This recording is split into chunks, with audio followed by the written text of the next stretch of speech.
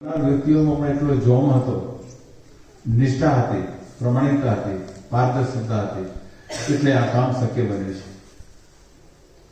કારણ કે આપણે બીજા કોઈની એ નથી કરતા, પણ ત્યાં ગરબડો થઈ છે. ફંડ ઊંચા પર થયા નહીં અથવા તો ભલે દેખાય છે મોટું, પણ જે પ્રમાણે ફંડ ભેગું થયું છે એ પ્રમાણે તોય નથી મળ્યું. પણ આપણે એ બાબતે નિશ્ચિત છીએ. પ્રમાણિક માણસો છે, કાર્યકરો પણ બધા પ્રમાણિક છે. એટલે આ 2 વર્ષમાં શાંતિભાઈ 5000 સભ્યો ઓછામાં ઓછા થવા છે.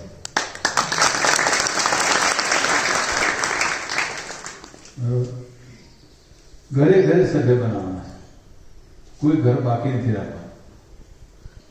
આજે 500 રૂપિયા છે ને આ સભ્ય ફીના, 100 રૂપિયા સભ્ય ફી, બાકી પછી સ્ટેજ છે અલગ. સ્ટેજ છે. હા તો માની લો મહિને 500 રૂપિયા જેવા થાય કદાચ એવરેજ.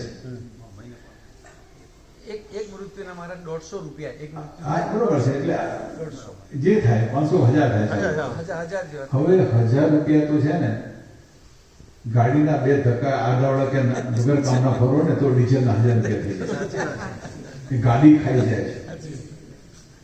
અને આપણે ફેન ફતુરમાં આપણે એવા જતા રહે. તો આ તો આપણી સુરક્ષા છે.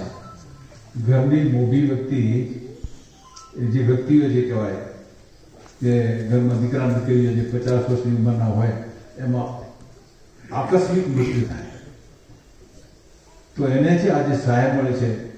એ પરિવારના હાથમાં છે ને હેન્ડસમ એમાઉન્ટ આવે એ જરૂરી છે.